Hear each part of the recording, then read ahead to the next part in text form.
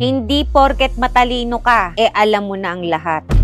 Maraming matatalinong entitled kasi ang akala nila mas lamang sila sa iba. Pero ang totoo, mababa EQ niyan. Kasi lack of awareness na nakakasakit na sila sa sobra nilang tinatap yung goal nila to success. Mayabang at overconfident. Minsan naman, personal traits na talaga nila yon. Ganun na talaga ang ugali nila. Hindi na yan magbabago. Pero ang hindi alam ng lahat, hindi lahat ng bagay alam ng matatalino. Masasabi mo lang na matalino ang isang tao kapag humble siya at marunong siyang rumespeto ng isang tao. Yan ang tunay na talino kasi marunong kang umintindi ng kapwa mo. At sa mga tao na akala nila, alam nila ang lahat, nagkakamali ka dyan. Kasi kung alam mong matalino ka, alam mo sa sarili mo na hindi mo pa alam ang lahat.